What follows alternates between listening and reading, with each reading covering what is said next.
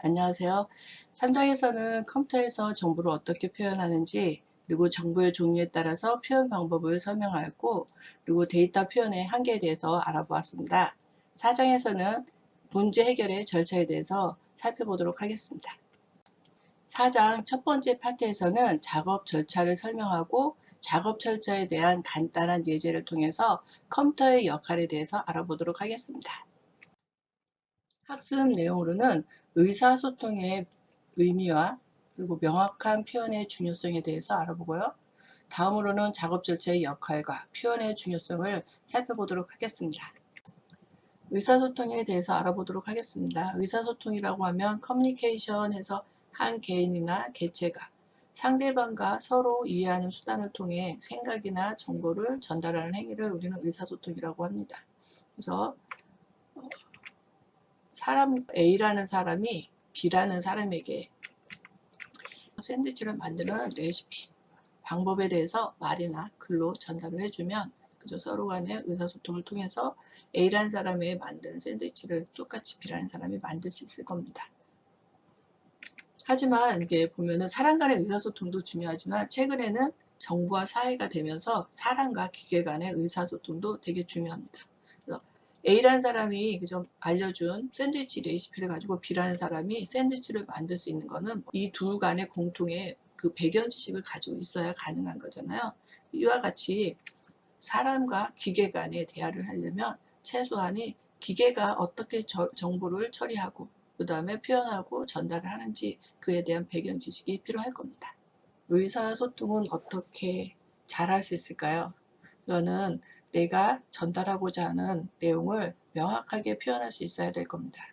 그렇지 않다면 그 명확하지 않은 표현은 부정확한 전달로 이어질 겁니다. 의도한 정보를 전달할 때 명확하지 않은 표현은 어떻게 전달이 되는지 제가 실험을 해볼 겁니다. 지금부터 내 이야기를 잘 듣고 그림으로 옮겨보세요. 자, 시작하겠습니다. 내가 길을 가다 의자에 앉아서 쉬었으면 좋겠다 생각했어. 마침 나무 한 그루에 앉아서 쉴 수 있는 그네를 발견했지. 가지에 긴 끈으로 묶여 있더라고. 그런데 앉을 수가 없었어. 나무판이 여러 개 겹쳐 있어서 불편하겠더라고. 그래서 그냥 지나갔어. 그림으로 옮겨오세요.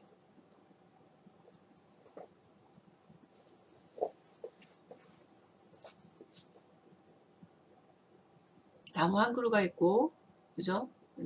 그리고 쉴 수 있는 그네를 발견했죠. 긴 끈으로 묶여 있고, 그죠? 하지만 앉아 쉴 수가 없었어요. 왜? 나무판이 여러 개 겹쳐 있어서 불편해 보여서 쉬지 않고 그냥 지나갔다는 얘기죠.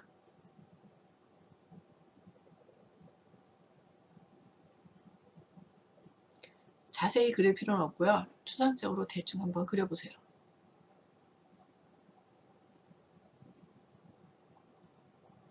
다 그리셨나요? 이 그림은 How Project Real Work라고 하는 그 어떻게 프로젝트가 진행되는가라고 하는 유명한 그림 카드입니다. 이것은 실제 그 요구 분석이라고 합니다. 그래서 나무가 있고 긴 끈, 그죠? 나무가 이제 그죠? 긴 끈으로 있고 그 위에 여러 개의 나무가 판때기가 그죠? 나무판이 이렇게 겹쳐 있는 그네를 설명을 했습니다. 의도한 정보는 이렇게 그림 나와야겠죠. 하지만 전달된 정보, 그러니까 이해한 거죠. 첫 번째 프로그램 리더가 이렇게 요구사항을 분석을 했다고 합니다. 이 요구사항을 토대로 이제 전달을 했겠죠. 분석가에게. 그래서 분석가는 그 내용을 듣고 다음과 같이 설계를 했습니다.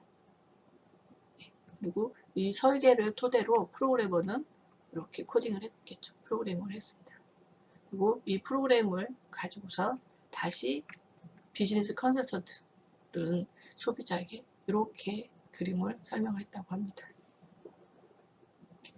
이는 고객 요구사항이 명확하지 않은 거죠. 불확실하고 불명확함으로 인해서 의도한 바와 전혀 다르게 이게 개발될 수 있다라고 하는 그런 유명한 그림 카드입니다. 그래서 의사소통에서 무엇보다 중요한 것은 명확한 정보 표현이라고 할 수 있습니다. 작업 절차에 대해서 알아보도록 하겠습니다. 작업 절차라고 하는 것은 어떤 문제 해결 또는 가업 처리를 위해 수행해야 하는 행동의 순서를 기술한 것이죠. 이상적인 작업 절차 표현에는 주어진 절차에 따라 작업을 수행하게 되면 원하는 작업을 완료할 수 있도록 기술한 것이어야겠죠. 애매하지 않고 명확한 의사소통이 가능한 표현이 되어야 할 것입니다. 만약에 이게 부정확한 작업 절차의 결과를 보면요. 예를 들어서 이 샌드위치를 레시피를 전달할 때 부정확하게 하게 되면 빵 위에 그죠? 다양한 토핑을 얹고 그 위에 빵을 얹어서 샌드위치를 만들 수 있어 라고 그죠? 정확하지 않게 이렇게 하게 되면은 내가 의도한 샌드위치 모양은 이건데 그죠? 보시면은 원치 않는 그죠? 전혀 다른 의도와 전혀 다른 결과가 이렇게 나올 겁니다. 좀 더 명확하게 빵의 종류는 무엇이고 그리고 빵과 빵 사이에 그죠? 토핑 순서는 어떻게 되고 그리고 토핑의 양이 어떻게 되는지를 정확하게 전달을 한다면 이와 유사한 그죠? 매우 흡사한 샌드위치가 만들어질 것입니다. 작업 절차 중에 최적의 절차를 제시해야 되는 경우가 종종 있죠. 특히 우리가 살아가는 일상생활에서 여러 가지 이유, 건강이라든가 아니면은 안전, 또 뭐 위험사항 같은 것들은 최적의 절차를 제시해야 되겠죠. 예를 들어서 안전지킴을 위해 옷에 불이 붙었을 때 절차를 살펴보면요. 첫 번째, 그 자리에 멈춰 선다입니다. 그래서 이유는 뛰거나 몸이 흔들면 불이 더 크게 번지기 때문이고요. 두 번째는 바닥에 엎드려 두 손으로 눈과 입을 가린다입니다. 이유는 눈과 입을 가리는 것은 얼굴에 화상을 입거나 폐에 연기가 들어가는 것을 막기 위해서랍니다. 세 번째는 불이 꺼질 때까지 계속 뒹구는 거죠. 단 노인이나 휠체어 사용자와 같이 엎드릴 수 없는 경우에는 수건이나 그죠? 담요를 덮어서 불을 꺼준다입니다. 그 외에도 건강 지킴을 위해 손 씻기 요령이 있는데요.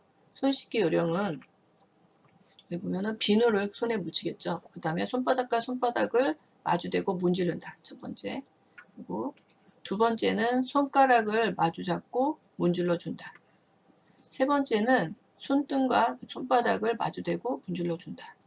네 번째는 엄지손가락을 다른 손바닥으로 돌려주며 문질러 준다. 다섯 번째는 손바닥을 마주대고 손깍지를 끼고 문질러 준다. 여섯 번째는 손바닥을 반대편 손바닥에 놓고 문지르며 손톱 밑을 깨끗이 해준다 라고 하는 이렇게 6단계의 손 씻기를 통해서 각종 감염성 질환을 예방할 수 있다고 합니다. 생명을 지키기 위한 다양한 작업 절차라고 되어 있는데요. 생명을 지키기 위한 작업 절차는 가장 최적의 행동 절차를 기술해야겠죠. 그래서 보시니까 보면은 서울시에서 서울종합방지센터 사이트에 가시면요. 이렇게 재난재해 사고별 대응 요령을 기술해 놓은 게 있습니다. 여기에 맞춰서 여러분도 한번 전기사고나 아니면은 교통사고, 뭐 아니면은 태풍과 관련해서 그 최적의 어떻게 그죠? 행동을 해야 되는지 그러한 절차를 한번 기술해보고 실제 여기 작성된 내용과 한번 비교하면서 작업 절차의 경험을 해보시길 바랍니다. 작업 절차에서 작업 과정을 기술할 때 중요한 것은 순서와 그리고 구체성 그리고 명확하게 그죠? 전달을 해야겠죠. 컴퓨터 작업 절차도 마찬가지인데요. 예를 들어서 A라는 사람이 B라는 사람에게 그죠? 샌드위치 만드는 법을 알려주고 싶다라고 하는 그 알려주기 위해서는 우리는 요리법 또는 레시피라는 것을 만들어서 전달을 하죠. 그러면은 A라는 사람이 B라는 사람에게 요리법을 전수하게 되면 B라는 사람은 그 요리법, 레시피를 그죠 보면서 A가 제시한 샌드위치 그죠 가장 유사한 아주 매우 흡사한 샌드위치를 만들어낼 겁니다. 그와 같이 A라는 사람이 컴퓨터 C에게 무언가를 그죠 시키고 싶을 때는 어떻게 의사소통을 할까요? 그건 우리가 다 많이 알고 있듯이 프로그래밍이라고 하는 것을 이용해서 합니다. 그래서 컴퓨터 프로그램으로 정보를 처리할 때도 작업 과정을 구체적이고 명확하게 기술을 해야겠죠. 그와 같이 사람과 컴퓨터 간의 의사소통을 하기 위해서는 프로그램이라는 것을 사용한다고 했습니다. 이 프로그램은 컴퓨터가 수행하는 작업을 단위 작업으로 분류를 하고요. 그리고 이거를 순서를 결정합니다. 이러한 과정, 우리는 이거를 알고리즘이라고도 해요. 알고리즘이라고 하는데, 알고리즘은 모호하지 않고 실행 가능한 단계들의 집합이라고도 하고요. 이 단계들에게는 순서가 정해져 있고 종류가 되는 그런 프로세스를 과정을 거쳐야 된다는 거죠. 그래서 단위 작업, 즉 기본 동작이나 원자 동작이라고 하는 것들의 집합으로 알고리즘을 구성을 하게 되고요. 이때 명확하고 잘 정의된 기본 요소들의 집합이라든가 기계가 처리할 수 있는 최소 단위의 동작 집합들로 구성이 돼야 되고요. 작업 절차, 그죠? 작업 절차, 알고리즘 컴퓨터가 그죠? 작업을 수행할 수 있게끔 기술해 놓은 그런 것들은 기본 동작들의 순서를 정해져 있고 종류가 되도록 나열한 프로세스를 우리는 작업 절차, 컴퓨터 그죠? 작업 절차 또는 알고리즘이라고 합니다. 다음은 작업 절차와 의사소통에 대한 예제입니다. 처음 라면을 끓여보는 4학년 아이에게 전화로 다음과 같이 알려주면 라면을 끓일 수 있는지. 그러면 볼까요? 물을 끓인다. 수프를 넣는다. 물이 끓으면 라면을 넣는다. 조금 있다 계란을 넣는다.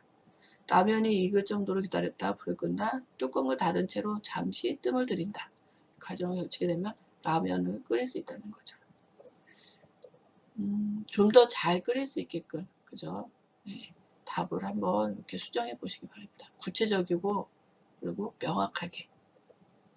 맛있는 라면을 끓일 수 있게끔, 그죠? 정확하게 기술해 보시기 바랍니다. 물의 양이라든가, 수프를 넣는 시기라든가, 조금 있다가는, 그리고 계란을 어떻게 풀어서 넣을 건지, 그냥 넣을 건지, 몇 개를 넣을 건지, 익을 정도는 어느 정도로 익을 정도로 할 건지, 잠시라면, 그죠? 어느 정도가 잠시인지를 명확하게 기술해서 여기에다가 한번 적어 보시기 바랍니다.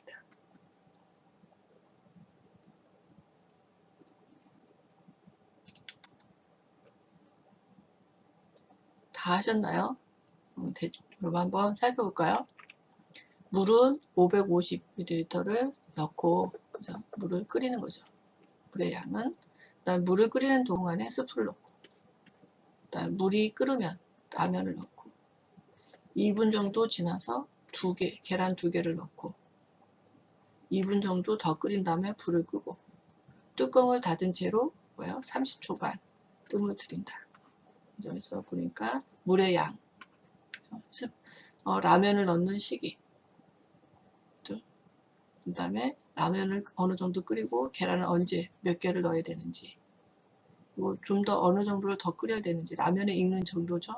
그 다음에 뚜껑을 닫은 채로 잠시가 어느 정도인지 30초라고 하는 것들을 이렇게 명확하게 전달한다면 4학년 아이는 더 맛있는 라면을 끓일 수 있겠죠. 다음은 퀴즈 문제입니다. 앞에 배운 내용을 상기하면서 문제를 풀어보시기 바랍니다.